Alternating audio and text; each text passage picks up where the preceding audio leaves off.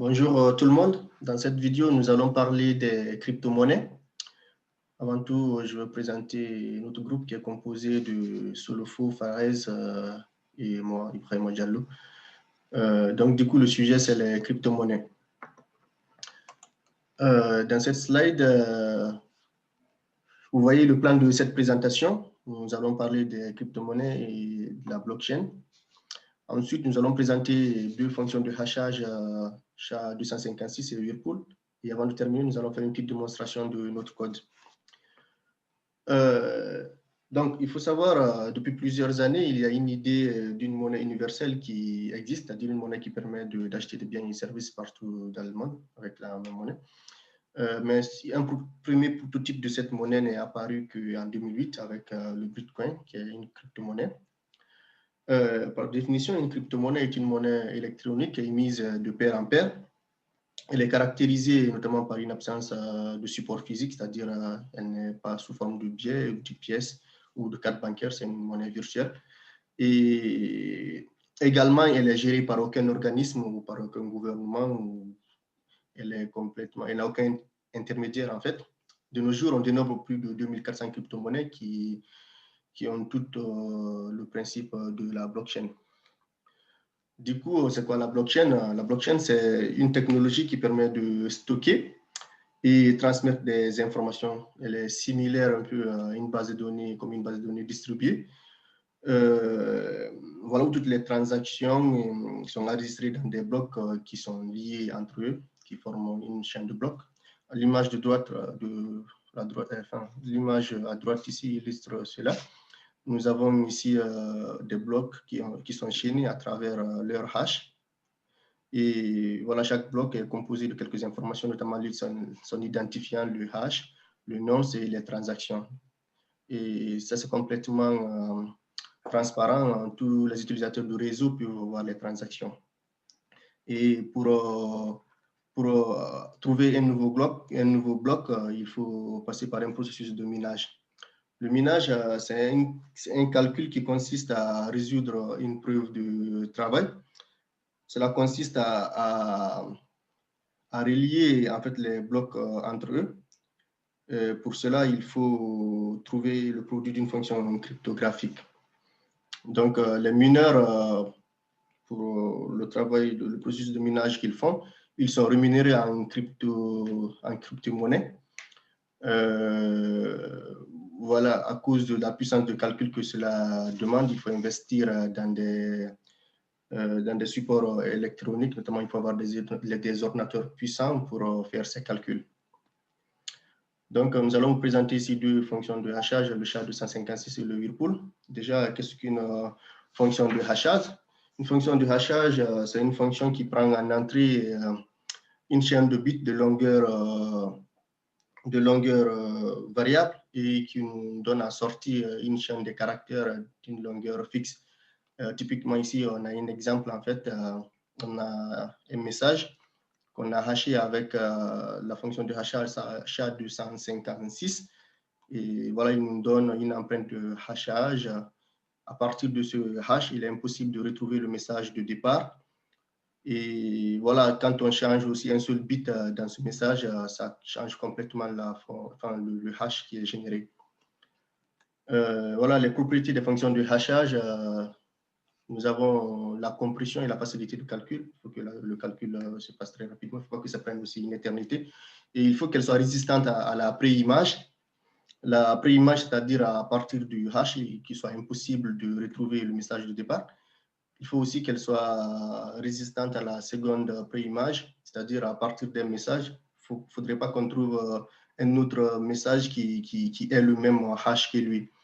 Il faut aussi qu'elle soit résistante à la collision. Il ne faudrait pas qu'on ait deux messages qui ont le même hash.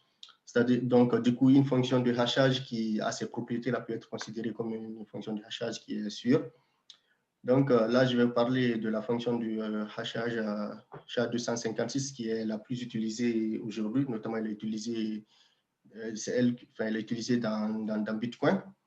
Elle fait partie de la famille des fonctions SHA-2 qui a été créée par la National Security Agency NSA des États-Unis en 2002. C'est une fonction qui, aujourd'hui, n'est pas encore brisée parce qu'elle a toutes les propriétés que je viens de citer dans les slides précédentes. Voilà, son algorithme, il est subdivisé en 2 phases. On a une phase de pré-traitement et une phase de calcul. La première phase consiste à diviser la longueur du message. Il faut que la longueur du message soit divisible par 512. Sinon, si cela n'est pas possible, il faut qu'on fasse recours au bourrage. Le bourrage, ça consiste à compléter le message pour qu'il soit multiple de 512. Pour cela, il faut appliquer ce procédé-là, ce petit algorithme qui est cité ici. Voilà, il faut qu'on ajoute un bit à 1 à la fin du message. Il faut aussi qu'on ajoute les k bits à 0. Et voilà, le troisième point, il faut ajouter le 104 bits qui donne la représentation binaire de L. Du coup, pour la phase de calcul, nous avons plusieurs blocs. Et il y aura une boucle qui va tourner 64 fois, parce qu'on a 64 blocs. Et il y aura des variables qui vont être qui ont des fonctions mathématiques. Je ne vais pas trop rentrer dans les détails parce qu'on n'a pas beaucoup de temps. Je suis déjà à 6 minutes. Voilà, je vais laisser Fares présenter vite fait la fonction de hachage Whirlpool. Ouais, en fait, la deuxième fonction de hachage après le SHA, c'est Whirlpool. En fait, c'est une fonction de hachage par bloc. Elle a été publiée pour la première fois en 2000. Cet algorithme prend un message de longueur moins de puissance 256 et le transforme en hachage de 512 bits. En fait, quand vous voyez c'est la figure de l'architecture de cette fonction. Le traitement de cette fonction est basé sur 4 étapes. La première, c'est ajouter les bits de remplissage. La deuxième, c'est ajouter la longueur. La troisième, c'est initialisation de la matrice de hachage.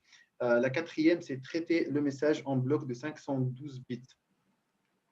Après, on a la deuxième figure qui va montrer Brahima. La deuxième figure, elle montre l'architecture de Whirlpool Cypher. En fait, cette figure, c'est la structure générale. On a 10 rounds. L'état, en fait, il prend un bloc de 512 bits en entrée. Après, il ajoute un key de 512 bits et il fournit un bloc de sortie, un bloc de texte chiffré en 512 bits. En fait, l'état de cette fonction change en utilisant 4 fonctions. La première, c'est mix rows. C'est une multiplication de chaque ligne par une matrice 8 x 8, 8 x 8. La deuxième, c'est substitute bytes. C'est une simple recherche de table et il fournit à la fin un mapping non linéaire. La troisième, c'est add round key. Cette fonction utilise XOR au niveau du bit, une clé calculée en utilisant la planification des clés à l'état actuel. Et la dernière étape, c'est shift column. Dans cette étape, il y a un décalage cyclique vers le bas de chaque octet dans chaque colonne de l'état. C'est ça, en gros, cette fonction de Whirlpool. Je vais vite vous faire une démonstration de notre code. On a codé une blockchain ici en Java.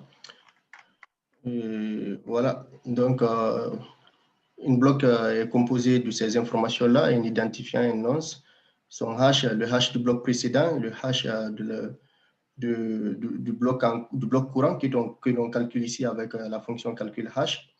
Voilà, un message et la date de création du bloc. Ici, la fonction, on la calcule grâce à l'algorithme cryptographique SHA-256 qui est disponible dans le SDK de Java. Voilà, ici, on convertit les informations du bloc en une chaîne de caractères que l'on hash ici à travers le digest. Et du coup, ici, on a une fonction de minage qui simule le minage. Dans notre classe blockchain, on a défini plusieurs fonctions de vérification. C'est-à-dire une fonction qui vérifie que la blockchain elle est valide, que le Genesis il est valide, que voilà, les chaînes sont bien enchaînées. Du coup, là, dans notre fonction main principale, on va essayer de créer ici des blocs. Je vais mettre ça en commentaire pour l'instant. Voilà, donc quand j'essaie de compiler cela,